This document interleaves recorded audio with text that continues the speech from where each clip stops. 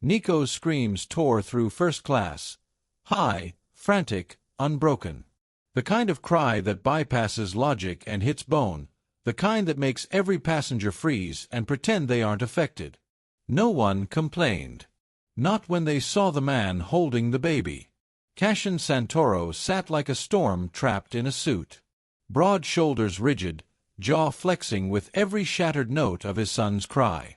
His tailored black jacket, usually a symbol of absolute control, looked too tight, like he might rip through it.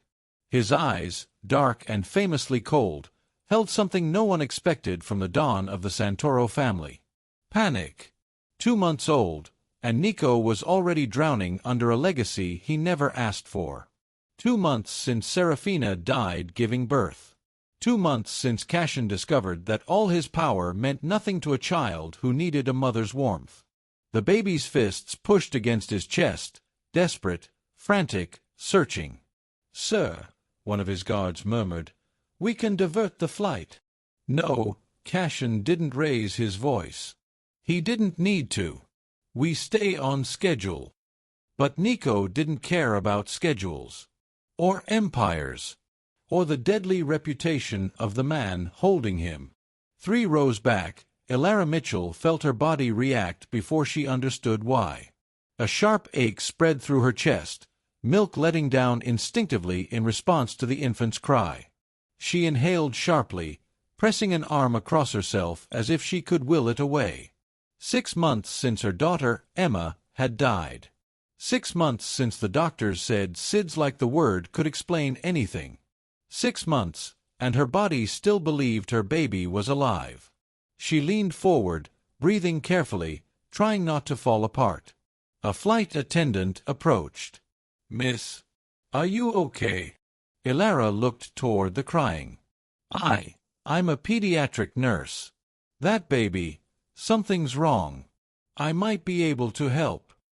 The attendant hesitated, relief and uncertainty battling across her face. He refused assistance earlier, but maybe try. Elara stood before she could lose her nerve. Each step up the aisle tightened the coil in her stomach. This was irrational. Dangerous. Then she saw him. Cassian Santoro didn't look like he belonged on a plane. He looked like a fallen king in exile, ink under rolled sleeves, storm-dark eyes, cheekbones carved sharp enough to cut. Power radiated from him like heat. People didn't just avoid eye contact, they avoided his entire existence. But the baby in his arms was just a baby. Exhausted. Hungry. Losing strength. Cassian's gaze snapped to Elara, pinning her in place. "A nurse," he said, voice low, rough, assessing. "Pediatric," she managed. "I know that cry. He's hungry. I tried the bottle." A crack split through his control. "He refuses it." Elara stepped closer, drawn by instinct stronger than fear. Some babies don't take artificial nipples, especially if they were breastfed before. Cassian went still. "His mother?" she asked softly. "She died," he said, the words flat and wrecked. 8 weeks ago." The cabin seemed to hush around them.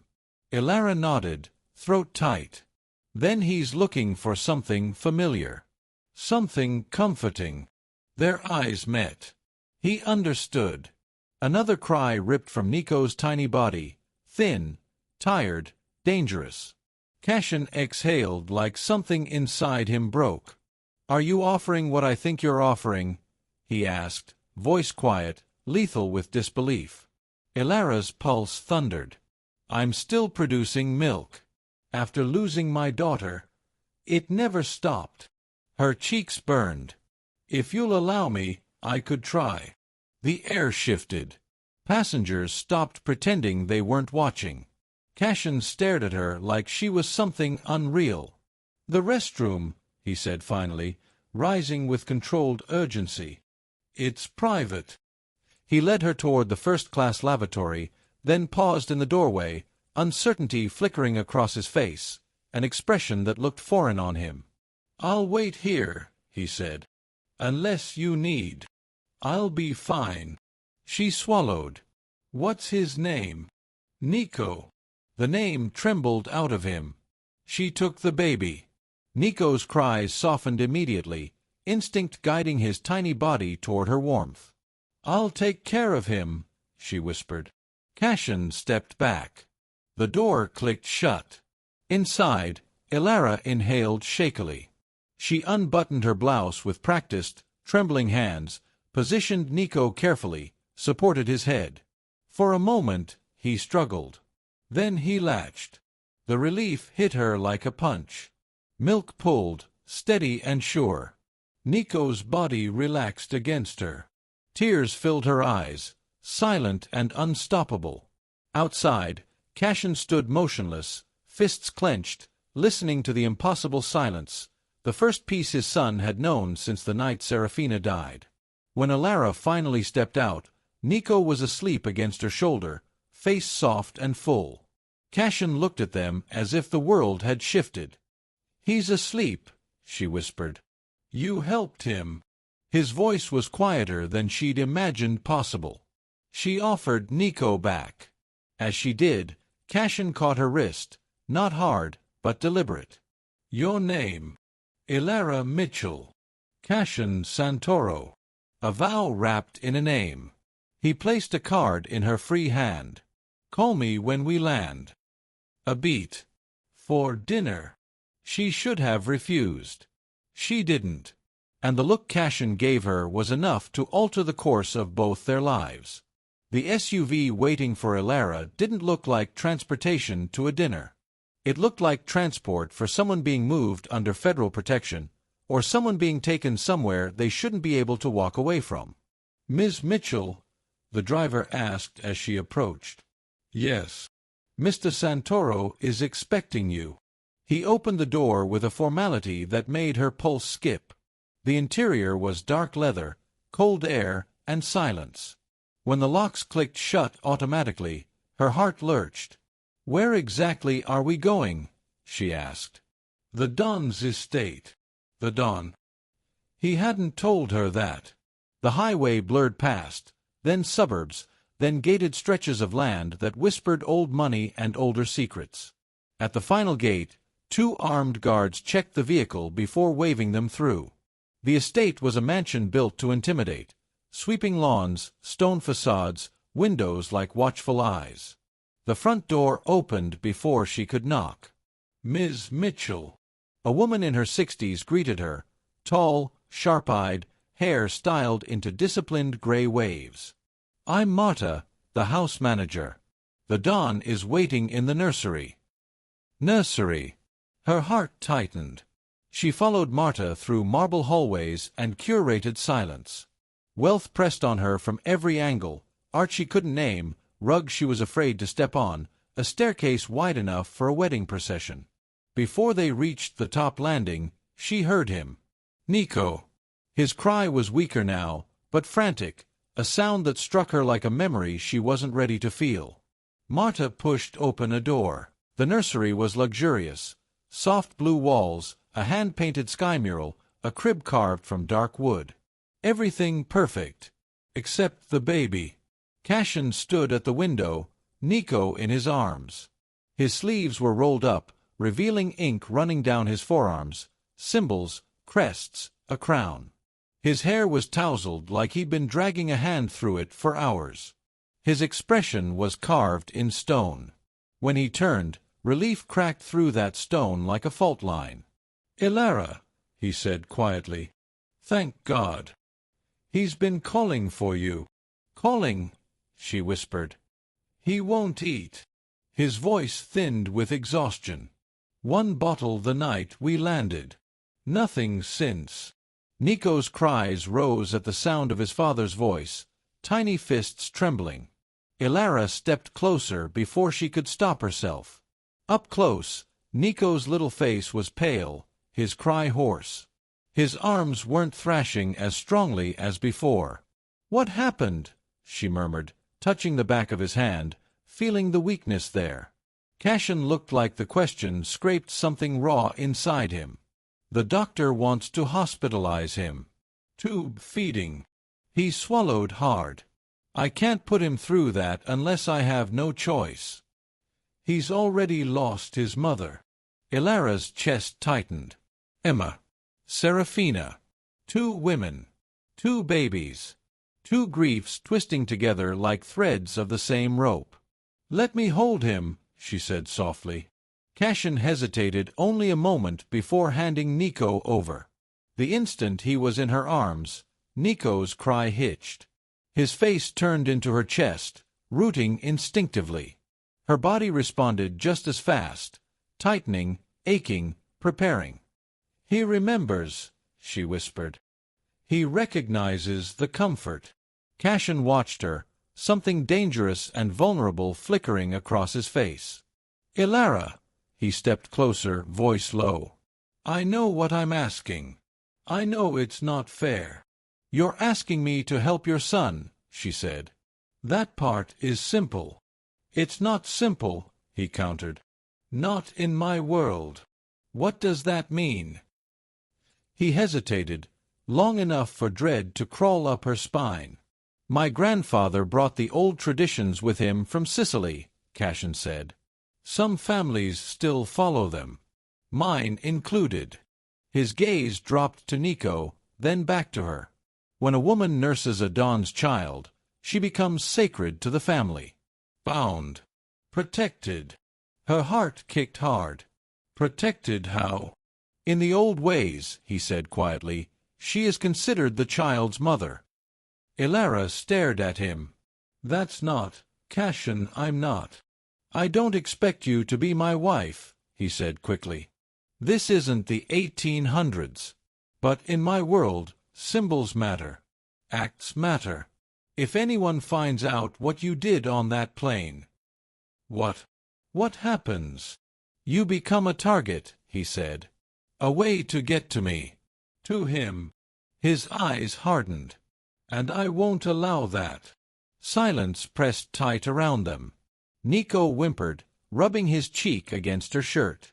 Her body responded again, milk letting down in a warm ache that felt both instinctive and agonizing. Ilara closed her eyes. He's starving.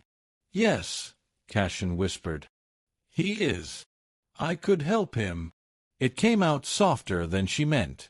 So help him, he said. She opened her eyes. On one condition. Cashin's brows rose slightly. 1 week. Her voice steadied. I'll feed him, help him gain weight, help him transition. But after 7 days, I leave. You let me go. His jaw worked. You want a contract? Yes. He nodded once. Done. She held his gaze. I need privacy. Cashin stepped back immediately, opening a smaller adjoining room, soft chair, warm light, a quiet corner away from the world. Ilara, he said as she passed him, voice low. Thank you. The door closed. Nico cried, frantic, desperate. Her hands shook as she unbuttoned her blouse, adjusted him, guided him gently. He latched instantly. Relief shuddered through him. Through her. His body relaxed against hers, trusting her without question. Ilara felt tears rise. Oh, sweetheart, she whispered. You're so hungry. Outside, Cashin leaned against the wall, eyes closed, listening to his son's breathing settle into rhythm. For the first time in 8 weeks, the world went quiet. By the 4th day, the Santoro mansion had become a strange kind of cocoon, quiet hallways, soft lights, and a nursery where time felt suspended. Ilara spent nearly every hour with Nico, feeding him every 3 hours, recording his progress, watching his color return and his cries soften into healthy demands.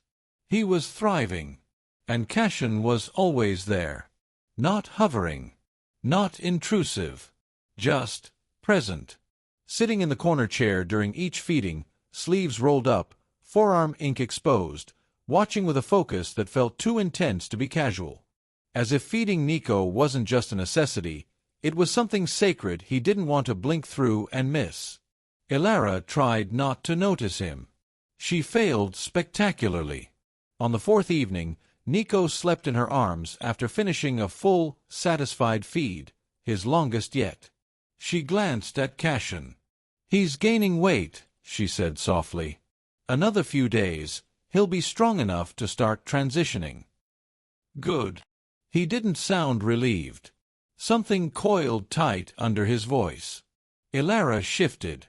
"What's wrong?" Cashin stood abruptly, paced once, then closed the nursery door until it clicked. The gesture made the air feel suddenly smaller. "Ilara," he said quietly, "we need to talk." Her pulse jumped. About the situation." She stiffened. "What situation?"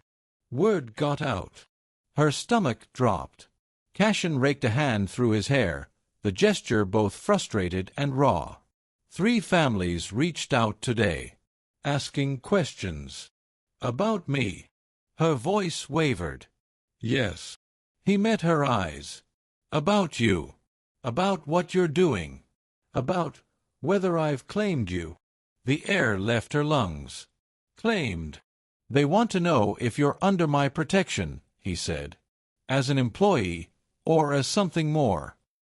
Her mouth went dry. "And what did you tell them?" His answer was quiet. "Controlled. Dangerous. That you're mine." The words hit harder than they should have. Ilara's breath stuttered. She should be furious, should tell him she wasn't something to be claimed by anyone. But the look in his eyes wasn't ownership. It was protection. Fear. Resolve. "So I'm a prisoner now," she whispered. "No." Cashin stepped closer. "You can leave. I signed the contract. I'll honor it." His jaw flexed. "But if you walk out that door, I can't guarantee your safety. Not with the families circling." "Why would they even care about me?" "Because you're valuable." His voice roughened. "Because you fed the Santoro air. Because that act makes you powerful in the old ways. And power," he said softly, "is dangerous." Her arms tightened around Nico. The baby stirred slightly, soothed by her scent. "Ilara," Cashin murmured, stepping close enough that she felt the warmth radiating off him. "If something happened to me, you and Nico would be seen as the natural successors to the family. That makes you a threat." Her breath caught. "That's insane. That's my world." He was inches from her now.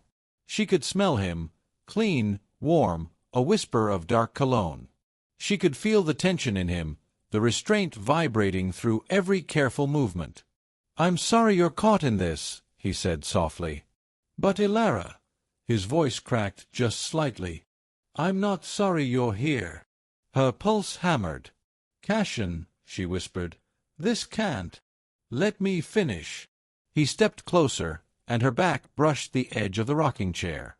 "These past 4 days, I've watched you give my son something no one else could.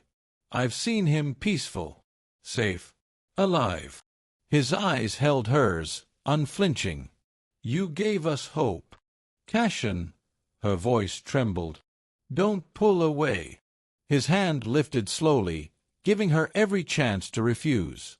When she didn't, his fingers cupped her cheek, gentle, reverent, unbearably intimate. "You walked into my world with nothing but compassion. You stood in danger without knowing it. You fed my son when I couldn't." His thumb brushed her cheekbone. "And I haven't stopped thinking about you since that plane." Her breath shook. "This is wrong," she whispered. "Then tell me to stop." She couldn't. He leaned in, slow, giving her time to run, but her hands curled into his shirt instead. The first kiss was barely a touch. A question. Soft. Searching. A brush of breath and trembling restraint. Ilara froze for half a heartbeat. Then melted. Cashin deepened the kiss, still gentle, still asking, his hand sliding to her jaw, the other bracing against the chair behind her, as if he was holding the world back just to keep from crushing her. When they finally parted, both breathing hard, Cashin rested his forehead against hers. "Stay," he whispered. "Not for a week. Stay." I can't, she breathed. You can. His voice was raw. Nico needs you. And I, he swallowed. I think I do too. Her heart twisted painfully. 3 days, he said. Your contract gives you 3 days left. If you still want to leave after that, I'll let you go. And if I stay? His eyes darkened, hope and fear and something deeper flickering behind them. Then I'll spend the rest of my life making sure you never regret it. A soft noise broke between them, Nico stirring gently, seeking comfort. Ilara pressed a trembling kiss to the baby's forehead. I'm scared, she admitted. So am I, Cashin murmured. But neither of them stepped away. Not yet. Ilara didn't sleep that night. She couldn't. Every time she closed her eyes, she felt Cashin's breath against her lips, the warmth of his hand on her cheek, the quiet desperation in his voice when he whispered stay. She lay awake replaying it, trying to pretend her heart wasn't shifting into dangerous territory. But when dawn broke, everything shattered. The explosion hit like a punch, violent enough to rattle glass and send a tremor through the floor. Ilara bolted upright, heart slamming against her ribs. The first thought wasn't fear. It was Nico. She threw open her door and sprinted barefoot across the hall. Smoke curled faintly from vents. Shouting echoed across the mansion. The smell of burning rubber hit her nose. She reached the nursery to find Cashin already there. Nico held tight against his chest, fury etched into every line of his face. What's happening? She gasped. They made their move, he said, voice more lethal than she'd ever heard it. The Moretus. Before she could speak, the door burst open. Dante stumbled in, blood streaking his temple, breathing hard. Boss, he rasped. It was a coordinated strike. 3 locations hit at once. And... He hesitated, eyes flicking to Ilara. Say it, Cashin growled. They left a message. They want the woman. Ilara's blood ran cold. Cashin went still. Completely still. Dante swallowed. They said if you don't hand over the Santoro wet nurse by midnight, they'll level every property you own. It felt like the room tilted. This is because of me, Ilara whispered. I'll go. No, Cashin's voice snapped through the panic like a blade. You're under my protection. He thrust Nico into Marta's waiting arms. Safe room. Now. Then he turned to Ilara, gripping her shoulders, not harsh, but with an urgency that vibrated through him. Listen to me. His eyes burned into hers. I will burn this entire city to ash before I let them take you. Do you understand? Tears pricked her eyes. They'll kill you. They'll kill all of you. They'll try. His voice lowered, dangerous and tender all at once. But I will always come back for you. Another explosion rocked the mansion, closer this time. Dante cursed. Boss, we have to move. Cashin cupped Ilara's face, one brief, fierce touch, then pulled away. Go with them, he said. Stay in the safe room until I come for you. You promise, she whispered. He pressed his forehead to hers for half a heartbeat. I promise. Then he was gone, storming down the hall with Dante, barking orders, becoming the Dawn the world feared. Marta grabbed Ilara's arm. Hurry! They raced through corridors as alarms blared. Nico wailed in Marta's hold, his tiny body trembling from the blast vibrations. The safe room was hidden behind a sliding wine rack in the cellar. Reinforced steel, thick walls, emergency supplies. When the door sealed behind them with a heavy lock, the silence felt eerie. How long do we stay? Ilara asked, breath unsteady. As long as needed, Marta said grimly. The dawn won't allow harm to come to you. Hours crawled by in suffocating stillness. The only breaks were Nico's feedings, Ilara nursing him in the dim light, rocking him until his cries softened. But even those moments carried tension, like danger breathing outside the walls. Then, the lights flickered. Once. Twice. Then everything went dark. "What does that mean?" Ilara whispered. Marta's face had gone pale. Someone cut the main power. The generator should have engaged. Gunfire erupted above them, muffled but unmistakable. Shouting followed, heavy footsteps pounding overhead. Nico whimpered, sensing the tension. Ilara clutched him close. "No, no, stay calm, sweetheart."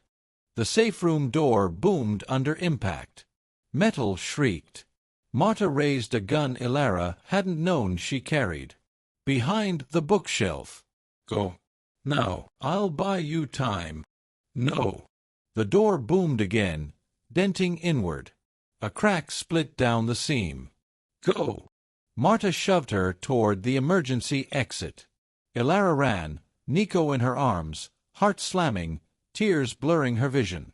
She pulled the hidden latch, the bookshelf swung open, and she raced into the narrow escape tunnel lit by dim emergency strips.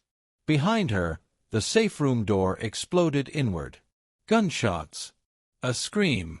Marta's voice shouting in Italian, defiant, desperate. Ilara ran harder. The tunnel seemed endless, twisting through stone and earth until finally, she burst into the cold night air behind the estate. Smoke billowed from the mansion. Flames glowed through shattered windows. Sirens wailed in the distance. And then, headlights. A dark SUV cut through the trees, tires skidding in the dirt. "No," Ilara gasped, clutching Nico tighter. "Please, no." Men spilled out, hard-faced, armed. Not Cashin's men. The one in front smiled coldly. "Miss Mitchell, you're coming with us." She turned to run, but hands grabbed her, ripping Nico from her chest. She screamed, fought, kicked. A cloth pressed to her mouth. Her vision blurred. The last thing she saw was the burning mansion. The last thing she felt was Nico's cry vibrating against her skin. Then darkness swallowed her whole. Ilara woke to a sharp ache behind her eyes, the room swaying around her. Velvet drapes, old wood, the faint scent of cigar smoke. Her pulse jumped. Nico. She bolted upright. He was there, sleeping in an ornate bassinet beside the bed, cheeks flushed but unharmed. Relief buckled her knees. A voice drifted from the doorway. "Awake at last." Ilara looked up sharply. Vittor Moretti stepped into the room, gray hair slicked back, expensive suit, a smile that never reached his eyes. "Where are we?" she asked, voice rasping. "My estate," he said. "About 50 miles from the Santoro mansion, or what remains of it." He paused, studying her with predatory interest. "Relax. Your Don is alive. For now." Ilara's stomach twisted. "You want Cashin to come for me?" A pleased gleam lit Vittor's eyes. "Exactly. Santoro destroyed my family a decade ago, took my territory, my sons, everything. But now," he gestured lazily toward Nico's bassinet, "now he finally cares about something again. 2 somethings." Her blood ran cold. He moved closer. "You are the Don's wet nurse," he said softly. "Sacred in the old ways. Revered. And therefore, the perfect weakness." Ilara forced herself to hold his gaze. "Cashin won't negotiate with you." "Of course he will," Vittor chuckled. "He'll do anything to get you back. And I will make sure he knows exactly where to find you." Hours passed in suffocating tension. Ilara fed Nico mechanically, her hands shaking the entire time. Moretti's men watched from the corner, ensuring the baby stayed alive, bait needed to lure a predator. Dusk approached when Vittor returned. "He's here," he said, smiling like a man welcoming guests to dinner. "Earlier than expected, actually. Seems the Don is rather attached to you." He dragged Elara to a large study overlooking the courtyard. She held Nico tightly, refusing to let anyone else touch him. The window was open. The night air was cool. And in the center of the floodlit courtyard, Cassian stood alone. No guards.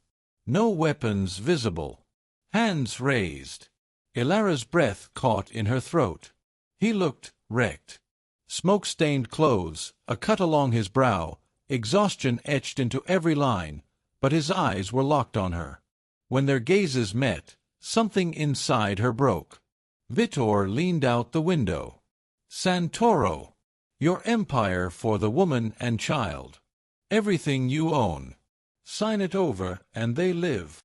Cassian didn't hesitate. Done, he said, voice echoing through the courtyard. Whatever you want. Just let them go. Elara's vision blurred. He was giving up his entire life. His power. His legacy. For her. Touching, Vitor sneered. But we both know I can't let you live. He raised a gun toward Elara's head. You'd only rebuild and come for me later. Elara felt the cold metal press to her temple.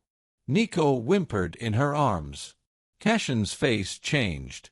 Calm shattered. Something primal tore through him. He moved impossibly fast. His hand dropped to his ankle, drawing a hidden weapon, just as Elara acted on instinct. She bit down hard on Vitor's wrist. He jerked back. The gunshot went wide, shattering glass instead of bone. Doors burst open. Gunfire erupted. Cassian's men flooded in from every angle. But Cassian didn't wait for backup. He was already inside, charging through the broken window like a force of nature. Vitor grabbed Elara's arm, trying to yank her back, but Elara swung the empty bassinet stand into his knee. He crumpled. Cassian collided with him a heartbeat later. You touched what's mine, Cassian snarled. The fight was brutal and short. Vitor was older, slower, fueled by hatred rather than strength. Cassian was fueled by terror, and something far more dangerous. Love. When it ended, Vitor was on his knees, bleeding, defeated. Do it, he spat. Kill me. Cassian raised the gun, eyes dark enough to swallow the world. Elara stepped forward. Cassian. Her voice shook, but it cut through the room. Don't. He threatened you, Cassian growled. He put his hands on you. Yes, she whispered. But if you kill him while I'm watching, you'll lose yourself. And I need you. Nico needs you. Not the Dawn. Not the monster. Her voice cracked. We need the man. Cassian froze. Slowly, fighting the instinct to protect through violence, he lowered the gun. Take him, he ordered his men. Let the families judge him for breaking the old laws.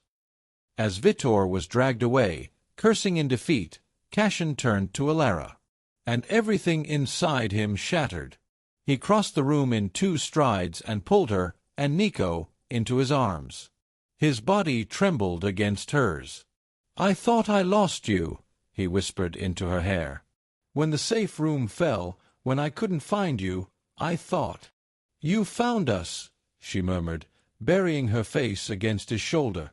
Cassian pulled back, cupping her face with shaking hands. I gave up everything. The empire. The title. It's yours now. I don't want an empire, she whispered. I just want you. And him. His breath broke. Elara. His lips brushed hers, soft, grateful, trembling. Stay. Not for a week. Not because of tradition. Because I love you. Her eyes filled. He had said it. Without fear. I love you too, she whispered.